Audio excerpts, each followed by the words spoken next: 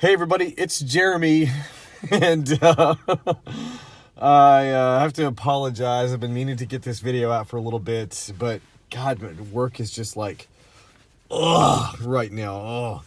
So, I picked up an issue of Dead Rabbit, or the second issue of Dead Rabbit, and I was pretty psyched about this comic book, and come to find out that this is actually a bit of a rarity to have issue 2 of Dead Rabbit, because there was a mandatory recall from Diamond publishers, or I can't remember if they're Diamond distributors. Anyway, so pretty much it's Image Comics distribution house.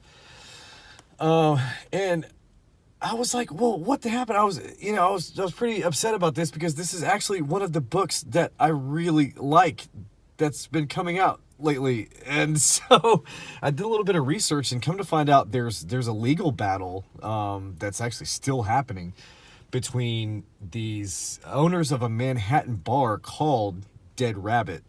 The name Dead Rabbit was taken from like an old like Irish street gang from like the 1800s, like very, gangs of New York, Leonardo DiCaprio like type of deal. And anyway, this particular bar, it's not just some little, like tavern in downtown. This was actually, I think in 2015 or 2016, was rated like the #1 bar in the world by, I guess, mixology aficionados.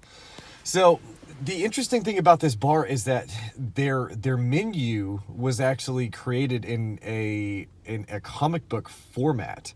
There was line and sequential art that had a backstory to all the different drinks. I think there's one called like the Sucker Punch, and there's some other drinks. And so anyway, they wound up taking all of the menus and then consolidating them down into one graphic novel format that they called Mixology and Mayhem, I think. So there was already a precedence for a Dead Rabbit graphic novel and comic book that the owners of this bar had trademarked.